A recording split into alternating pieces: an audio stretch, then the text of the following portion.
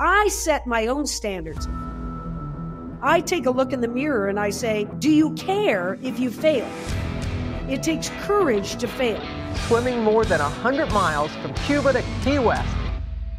I did think I might die that night, but it didn't keep me from pursuing on, even though we were unsuccessful. Diana Nyad's incredible achievements. She fulfilled her lifelong goal. Everything that all people do in life, it comes down to your persistence, your refusal to give up. If that's your philosophy, I refuse to quit. One day, you're going to make it to your other shore, whatever that other shore is. Diana, welcome to Life Uncut. Keisha, Laura, it's my pleasure. Good day to you down under. No, it is our pleasure to have you. Okay, I need to start this by asking, is it actually true that you get up at 4:30 in the morning to play the bugle just to piss off your neighbors? That's couched a little bit inaccurately. I don't get up with the goal of pissing off my neighbors. So you say, do you get up just to piss off your neighbors? Is that your motivator in life? That's not, in fact, the goal. I get up to greet the sun and to work out hard in the morning, and I play the bugle, and just the added delight of it that it pisses off all the neighbors. Honestly, I can't tell you how much I enjoyed, and I hadn't heard your story before watching the Netflix movie, and then I was absolutely entranced. And since then, I have watched all your TED Talks. I have written your op-ed. I've read your op-ed. I genuinely just think you are such an incredible inspiration. And one of the things that we speak about a lot on this podcast is this idea about society's boundaries on our age, this defining thing, especially as a woman, that there's this expectation that we conform to the age of which we are, whether that's, motherhood at a certain age, or whether that's, working within a certain type of career role. And you have rewritten all of those rules. Before we get into your story, we do something with every single one of our guests, and I hope maybe you can think of one. It's called our Accidentally Unfiltered Story, and that is your most embarrassing story. The big one that comes to mind is that I was going with Billie Jean King and Martina Navratilova and a bunch of world-class athletes to the White House because Title IX, our law that protects girls, both in academics and in sports, was under assault. Billie Jean thought if we go to the White House and we get in and we all talk to Hillary Clinton, who was, Bill Clinton's wife at that time. She wasn't a senator. She wasn't the vice, president candidate and all that. We'll convince her to go out and pound the pavement and get congressmen and everybody to support Title IX. So the night before, I don't know why, I've never done this in my life before or after, but I let this group of women athletes who know nothing about couture and hair, I let them give me a permanent. They rolled my hair in tiny little curls this way. And you've never seen hair like it. My hair was 3 feet to the wide on the side, and the top didn't take it all. It was flat like Tom Petty. It was the most bizarre hair you've ever seen. Then they all started taking manicure scissors and trying to make it look better. It got worse. Then they put a hat on me, which made everything flatten out like this. There's a picture of me and Hillary Clinton at the White House where I had my 3 minutes with her. We all went one at a time to tell her about the law and the legal cases and what was happening at universities. And this is Hillary Clinton looking from the side, shaking my hand. 3 minutes. She couldn't take her eyes off my hair. She couldn't. And I've seen her since. She's been very supportive of me. When she was, the head of the State Department, she helped us get into Cuba. She's been very kind about my book and et cetera. So I've seen her since. And when I first saw her, like 24 years later, I started to say, I'm sure you don't remember. And before I could even point to hair, she said, oh, I remember. And that's a hairdo that is impossible to forget. It's imprinted in my memory. It was right up there. Okay, well, after this finishes, I'm going to ask you to dig out that photo because I desperately need to see this, as does the rest of the world. You need to see it. It's quite the hairdo, I'm telling you. We're also talking about like a woman. Hillary experienced the 80s, like the perms in the time. I feel like it would take a lot to shock someone, so it must be pretty outrageous. It is. It's eye-opening.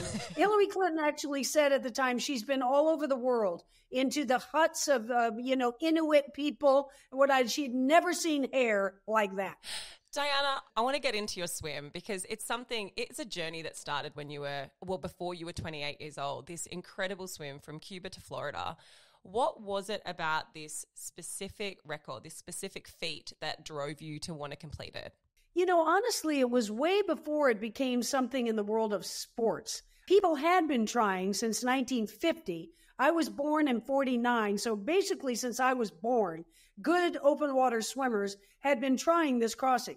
Young men, women, strong, fast, they've been trying it. It is called the Mount Everest of the Earth's oceans. It's a near impossible crossing. So it already was a sporting event, but to me, it was something much more cultural and personal. I grew up in that town, Fort Lauderdale, which is very close, right up the beach from Miami. And literally, on the day of the start of the Cuban Revolution, when Che Guevara and Fidel Castro rode on horses down into Havana and took over the city, they decided to take Cuba from a country of the very rich and the very poor into a country of a middle class, that everybody had education, everybody had opportunities, and that was their original, it wasn't a communist thing, it was an equalizing thing in the beginning.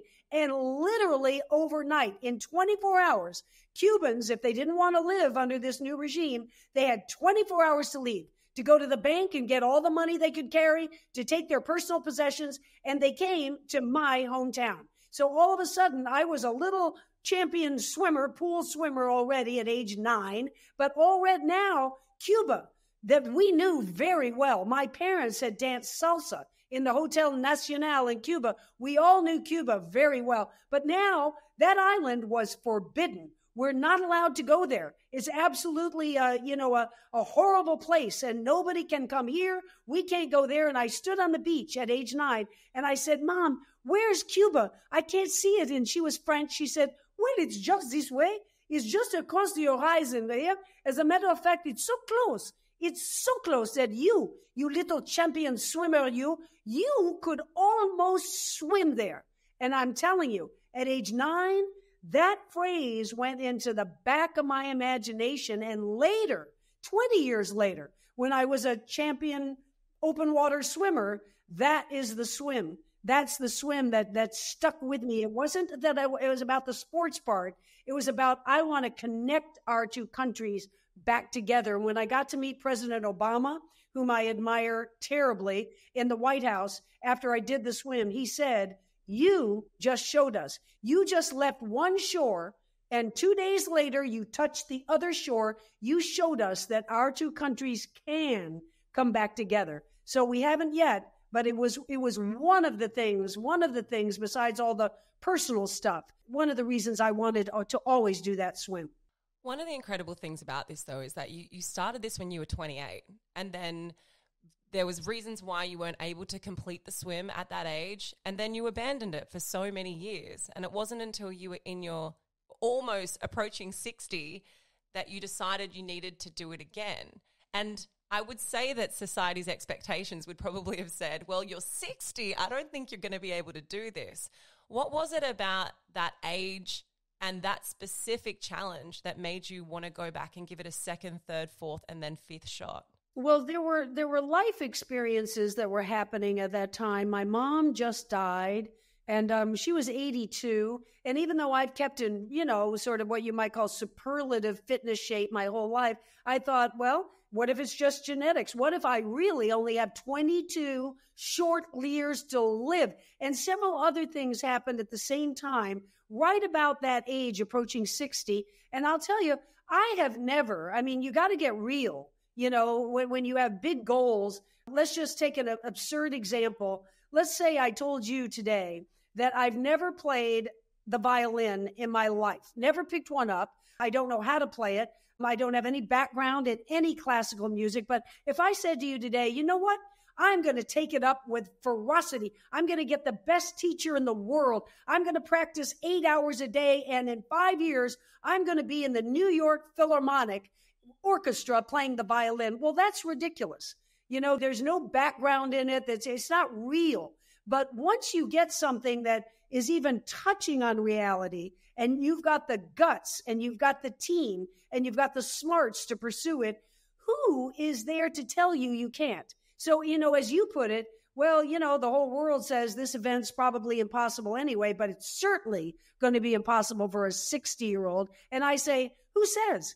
Who's making? Are you calling the healthcare department of America to find out what 60-year-olds are possible, or possible of doing? I set my own standards. I take a look in the mirror and I say, can you do this? And you know what? More importantly, do you care if you fail? It takes courage to fail. So let's say I pick something that's going to be unlikely, maybe impossible, but certainly unlikely. And I picked many of them in my life. I failed at many things, but the journey to try to get there, the grit that it took to try to get there has been worthwhile. And so, the Cuba swim, I failed 4 times. I don't even like to call it failures. The team and I, we took that journey. And when we came home, we learned. We had new science. We had new intel. We had new contacts. We looked at it a different way. We studied it. We got down to the nitty gritty of what it would take to get across. Everybody who ever tried that swim never came back and tried it again. We did 5 times. And that's why we made it. It didn't have to do with my age. Like I do get real. I'm 74 now. I'm a pretty fit, strong 74. I can do, I think, just about anything I did when I was younger, but I get real. I'm not going to be playing violin for the New York Philharmonic. I'm just not. You will play the bugle, though. Oh, well, I'm not going to win any awards or, be granted into any symphony for my bugle playing, I guarantee you. Well, I think, Diana, it's interesting because when you talk about picking up new hobbies as you get older, I think a lot of the reason that we are adverse to it or we kind of hesitate on it is because we don't want to be shit at them. We don't want to go through the process of needing to learn how to become good at something because it requires patience and it requires resilience. And they are 2 things that we saw so much throughout your swims. And when I was watching the film, a part of me was thinking, okay, Einstein's quoted with this whole doing the same thing over and over again and expecting a different result is what insanity is. Or something. I'm paraphrasing. Was there a part of you that thought, I'm going insane because I'm doing the same thing over and over again? We're having a similar result. Maybe this is not achievable. Never, because we didn't do things just the same way. And this is true of all major excursions, expeditions that go out on the planet Earth. People try to snowshoe across the entire continent of Antarctica. People certainly try year after year, not making it mostly because of weather, not training, but training too, to summit the highest peaks, Annapurna, K2, Mount Everest. And they don't come back, usually, if they're going to be successful, just like us. We didn't come back from every Cuba failure and say, oh, this is the definition of insanity. We just keep going out and doing the same thing. We weren't doing the same thing at all. We had entire new protocols. We went to the world's leading scientific expert on the box jellyfish, Dr. Angel Yanagihara, after I was stung, pretty seriously, should have died that night. So we didn't just say, oh, let's go again and just use the same jellyfish protection we used. We'll be okay this time. We're intelligent.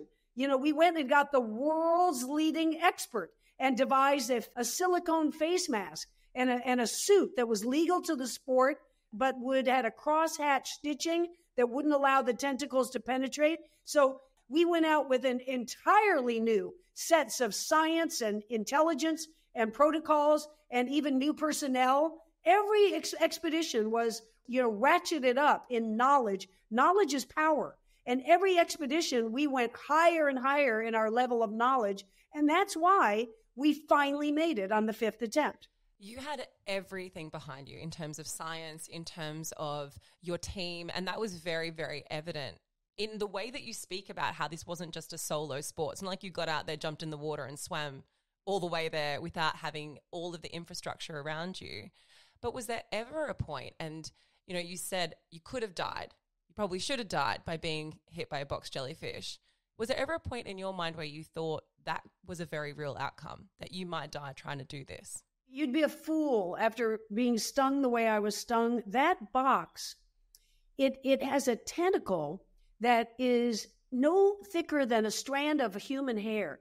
It's just a little wisp of a thing. And if one tentacle And, in Australia, you guys are familiar with the Irukandji syndrome and the box jellyfish.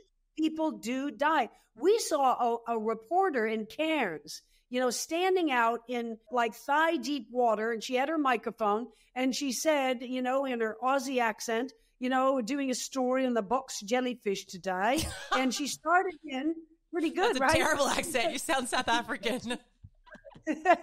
Yeah, maybe it was South Africa, but it was Australia. And she started in and she was stung right then doing that report. You could see the cameraman had her like this and she went down. You didn't see her. You heard her screaming. You saw him come around to the front and he was trying to call whatever your 911 emergency number is. And she died. She died right there in Cairns. And so we knew a lot of these stories. And we knew that when I got stung that badly, tentacles wrapped around the neck, around the biceps, around the back, and was screaming to Bonnie. I was out of breath. Bonnie, I can't breathe. That Irukandji syndrome, that venom that they inject into your skin, it goes and tries to paralyze your spinal cord. It takes down your breathing apparatus to anaphylactic shock. So I made it through the night, but now I was weak. Now I wasn't stroking hard across that current because, I'm trying to go north. The current's trying to go east. And that's one of the big difficulties of this swim. But anyway, I really thought that night I might die. And this is going to sound really bizarre, but I didn't care because we were in something. I had my sort of titanium will, set around my brain. Before I started that swim, each time I would say, and each training swim, I would say, it doesn't matter. It doesn't matter what unknown hits you, on this swim. Your body may fall apart.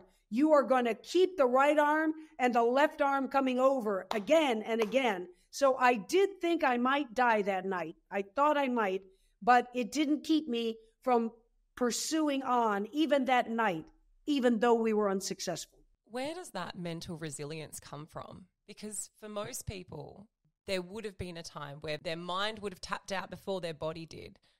Where does that come from for you? And I guess in terms of where you see your strengths, is it in your physical strength or is it in your mental strength? I think there's a bit of both of that. I think that the people who do extraordinary physical things, they usually have some physical genetic talent for it. And we often think of genetic talent for quicker, faster things. If you're the best tennis player in the world, along with working hard, along with good coaching and all that, you probably have all the right, white cells that will fire in your muscles and make you quicker off the mark and make you more powerful in your serve and all that. And in a distance sport, it's a little different, but the talent comes in because your heart and your lungs have a capacity to work constantly for days and days and days without tiring. And then the training comes in after that. Then the mental aspect takes all the physical that you have, genetics and training, and it takes it to a higher and higher and higher level, which is probably true in everything that all people do in life. It comes down to, is it your persistence? Is it your refusal to give up? When you get knocked down, do you get back up? Do you refuse to quit and you learn from what you just went through and you're better the next time and you get knocked down again and you refuse to quit? And one day, if that's your philosophy, I refuse to quit. One day, you're going to make it to your other shore, whatever that other shore is. Diana, a lot of your swims and for the entire of your team, it wasn't just you, but when you achieve something this great, it involves a lot of sacrifice, whether that be in the preparation of the swim, whether it be the actual time that it takes that you're attempting the swims. Financial as well. Yeah, financial sacrifice. What sacrifices did you and the team make in order to complete the swim successfully? Well, I'm glad you asked that because, what could seem like the most solitary thing you could do? And that is swim for 53 hours. And not to mention the attempts, 48 hours this time, 51 hours, not to mention all the training swims, hundreds of hours of 14 hours this day, 16 hours this day. And it looks like there's only one set of arms doing this work. Nobody else is involved. It's just me. But the truth is, without Bonnie, right there. Imagine you two, if you put yourselves apart by about 10 minutes and you decided to breathe this way, turn your head toward each other 53 times a minute, and you did that for 52 hours and 54 minutes, and all you saw was each other. Well, all I saw was Bonnie. She peed, and I don't mean it in a humorous way, right over the side of the boat. She would not leave my gaze. She was my soldier. She was my dedicated person. She was in charge of my life. If sharks were coming, she needed to communicate with me after the shark team spotted something, and I've got to get close to the boat without touching the boat or getting out. She needs to know if, my right shoulder is dying and something's happened, and get the medical team over to help me get through this. She needs to know that if I'm hallucinating, it's not real, and I can snap out of it and I can get back to my clear head. She was the captain of this expedition, but next to her were 39 other people. The shark team, the jellyfish team, the navigation team, the medical team, the nutrition team, and then a series of boats and boat captains who took care of all those people to make sure they were fed, they slept, they were rested, and they had all the maps and tools they needed. So we were truly a team, and I guarantee you right now, I never, ever would have gotten to that other shore in Florida if it hadn't been for those team members, all 40 of them. I think part of this that's so incredible as well is that Bonnie didn't have necessarily the experience in swimming that you might expect from a coach who's a long distance and trying to take you that far. What was it about your friendship and about Bonnie specifically that made you know that she was the person that you needed alongside you in order to complete this? Yeah, I love your pointing us to that fact, because athletes, soul that Bonnie lived. A lot of the people who had been on my boat before had known about marathon swimming, and they knew about currents in the water, but they had never been an athlete themselves. And so Bonnie, and I think we are the only case in the annals of human sports history, men and women, where when I met Bonnie, I had just retired. It was 44 years ago, April 1st. So we're right at that point right now. I had met Bonnie, and I had just retired from long distance swimming. She had heard about me, but had not been involved with any of my swims. And she was number 3 on the professional racquetball tour.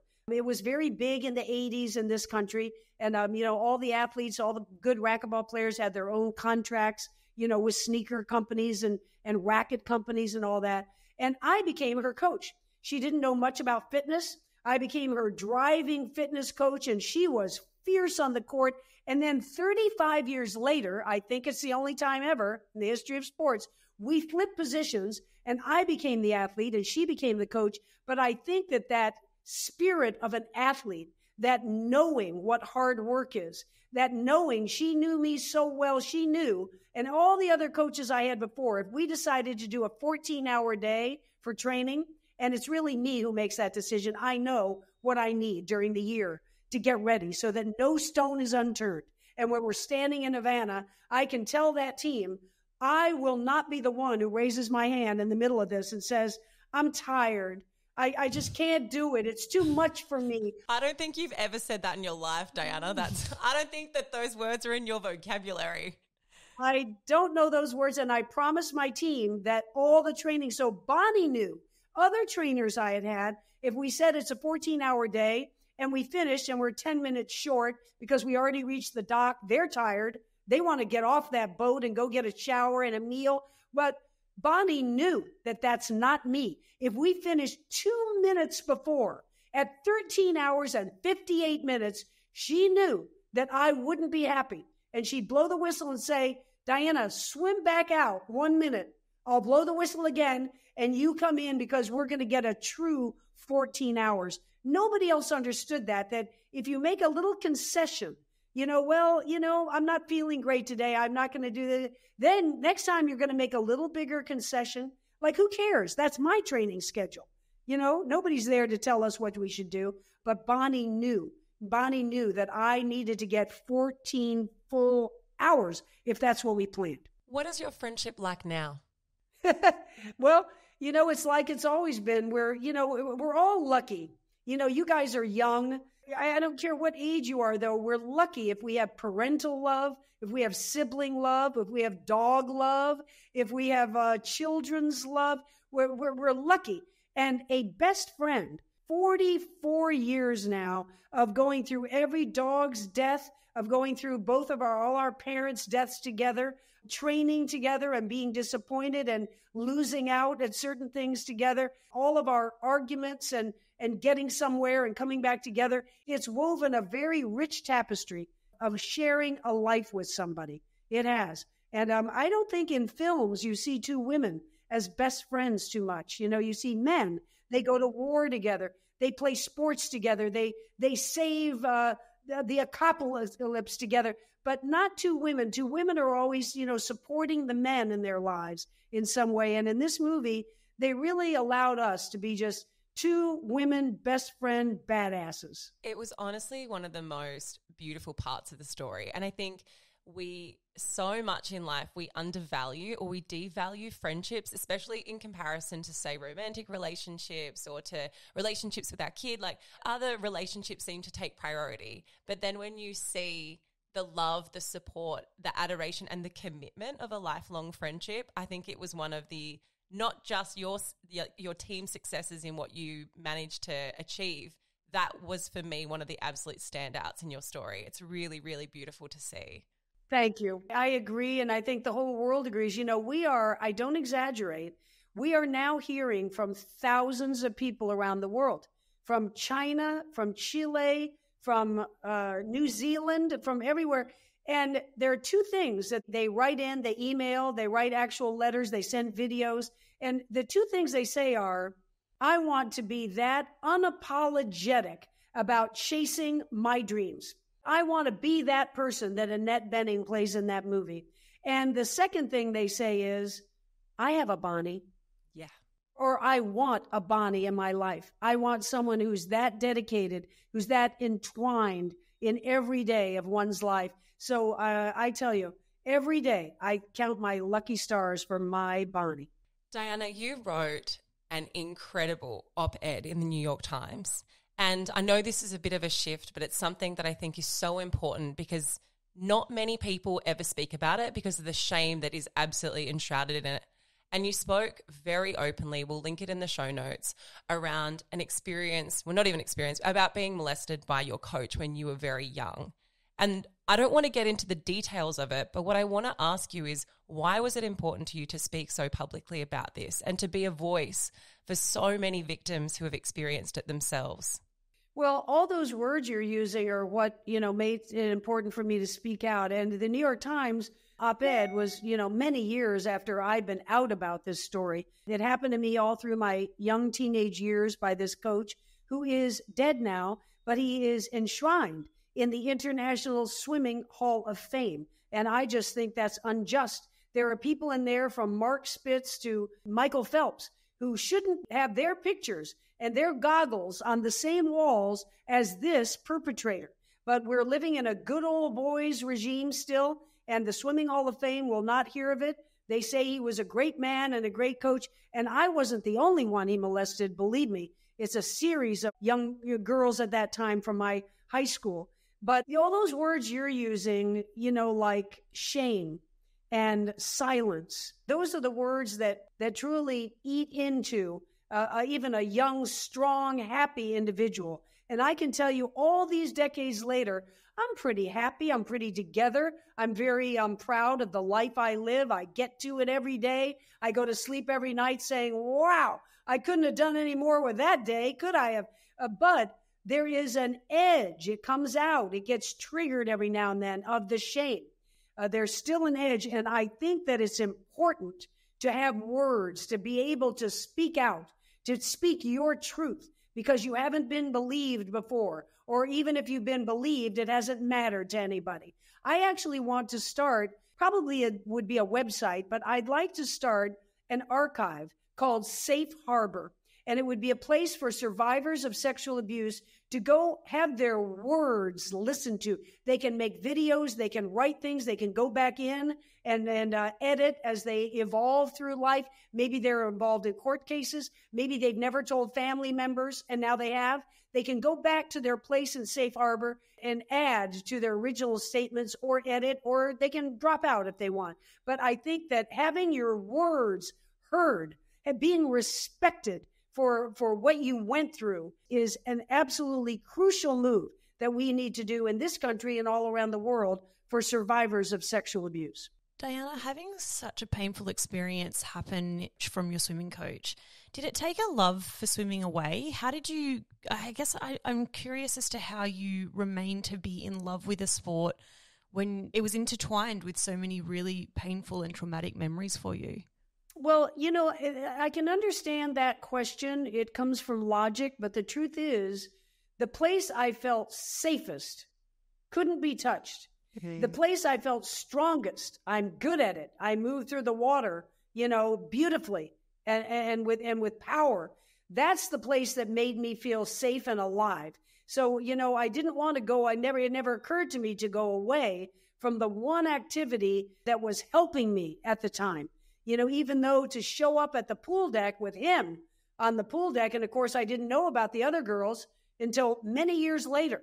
When we all sort of, two of us wound up talking to each other, and then we found others. And now there have been others of different generations after us, who have come in with their stories too. And he's still in the International Swimming Hall of Fame. So I'm doing something about it. I'll tell you, I don't want to spend my whole life mired in negativity.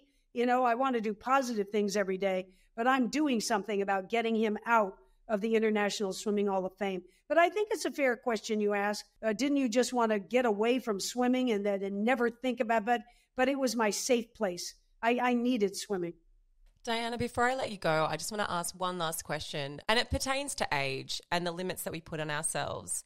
I think so many people can be fearful of or think that, the best years of their life are X, Y, Z. How do you perceive age now at 74 years old with all the things that you've achieved in your life and all the things that you're going to go on to continue to achieve?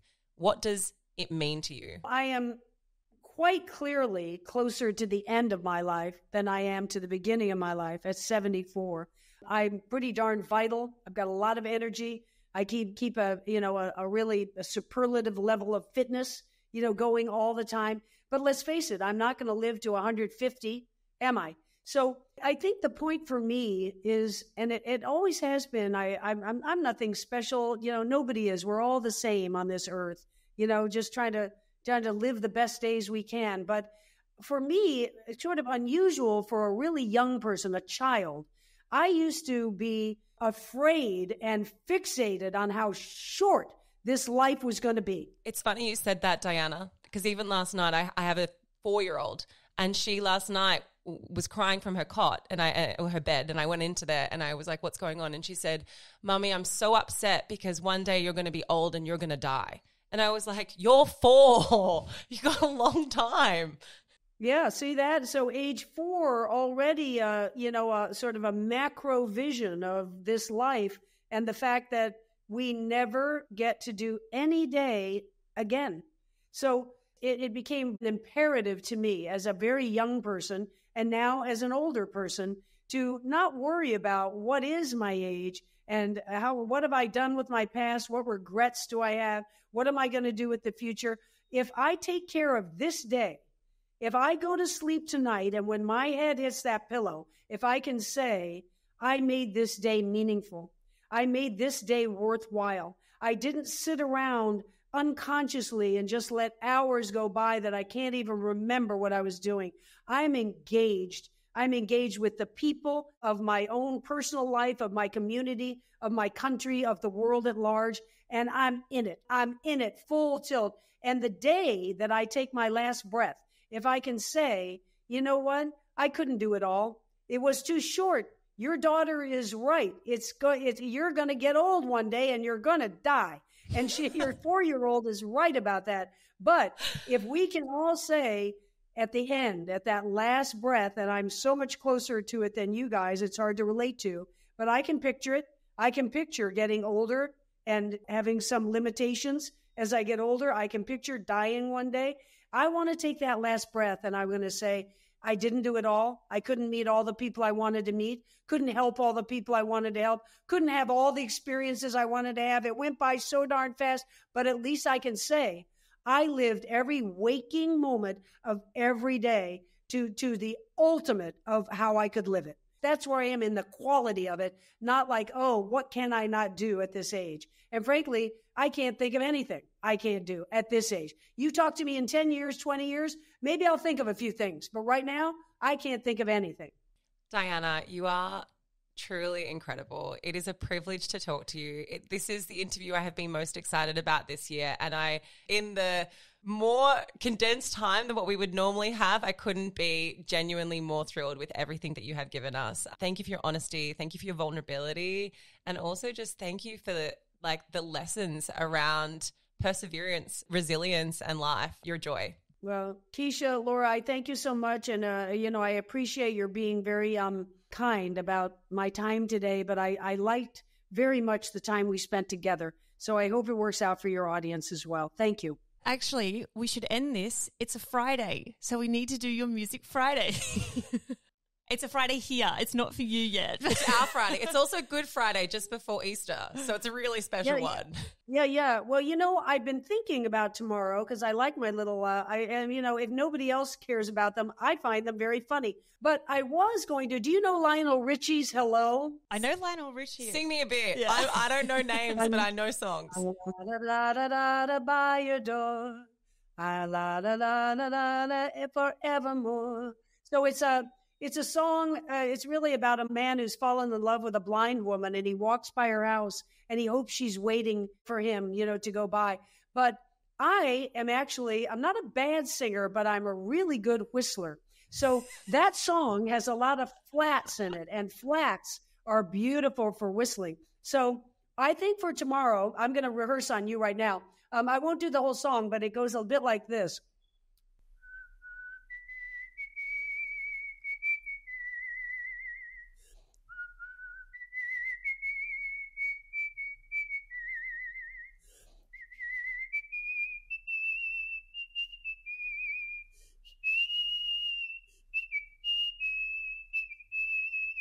And it goes on from there, but you're amazing. You're a beautiful whistler. You're an amazing whistler. Is it the bugle playing? Is that why? The bugle of the three talents. Actually, I'm a pretty good dancer. I'm a good whistler. I'm a pretty good singer, and I'm a very mediocre horn player. So people forgive me. Sometimes I get that horn, I go ba ba ba ba ba ba ba, and sometimes I go and it doesn't come out right. But people forgive me. Diana, you will laugh at this. We've got one thing in common. I did Dancing with the Stars in Australia, and you did Dancing with the Stars in the States. So I'm also part of the alumni. Hello. How'd you do? Fucking terrible. You should see me trying to do a jive. One of the judges said that she looked like a praying mantis on acid.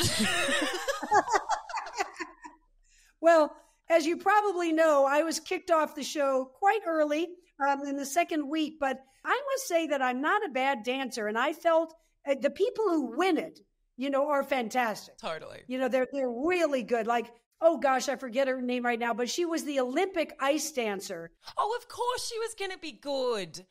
It's like She's gonna cheating. Be No, I mean, she's used to doing it on ice. Of course she can do it on her feet. Totally. I mean, is there anything that this woman can't do? Diana, we're going to let you go. We know you're a busy person who needs to pack a million things into the day. But thank you so much for taking the time for this interview today. I enjoyed it. I truly did. You guys take care. Maybe I'll see you down under one day.